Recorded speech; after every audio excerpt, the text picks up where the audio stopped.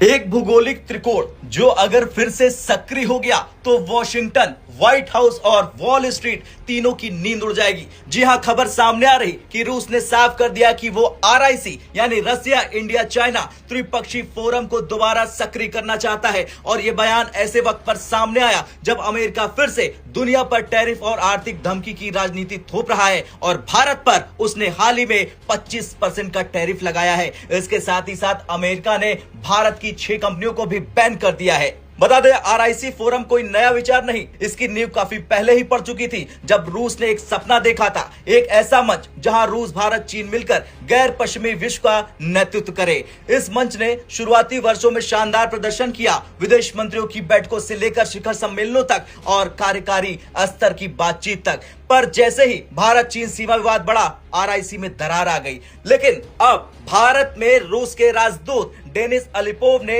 RT को दिए interview में साफ कह दिया कि यह प्रारूप 20 सालों से ज्यादा चला है। इस मंच का इतिहास उत्साह बढ़ाने वाला है। हम चाहते हैं कि RIC की बातचीत दोबारा शुरू हो।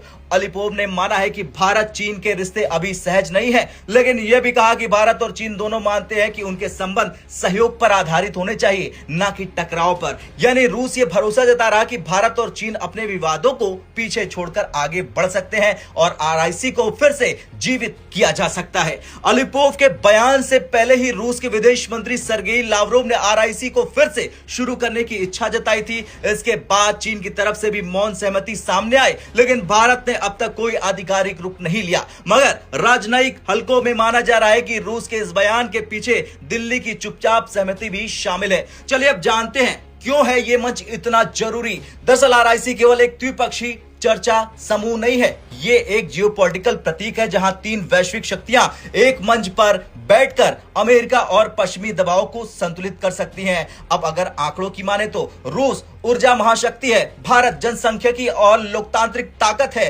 चीन वैश्विक विनिर्माण शक्ति है। इन तीनों को जोड़ दीजिए तो अमेरिका के नेतृत्व वाली व्यवस्था को एक बड़ा विकल्प मिल जाता है। इस बीच अमेरिका के राष्ट्रपति डोनाल्ड ट्रंप ने भारत पर 25% का टैरिफ लगा दिया और ये बहुत बड़ी बगावत की आवाज है। लेकिन ऐसे में RIC मंच का पुनर्जीवन ट्रंप के इकोनॉमिक बुलडोजर का सीधा जवाब बन सकता है। भारत के लिए यह मंच दोधारी तलवार है। एक तरफ चीन के साथ सीमा विवाद है, लेकिन दूसरी तरफ अमेरिका का दबाव और आत्मनिर्भर विदेश नीति भी जरूरी है। अमेरिका चाहता है कि भारत सिर्फ क्वाड और I2U2 जैसे मंचों में हिस्सा ले जहां पश्चिम का एजेंडा हावी हो।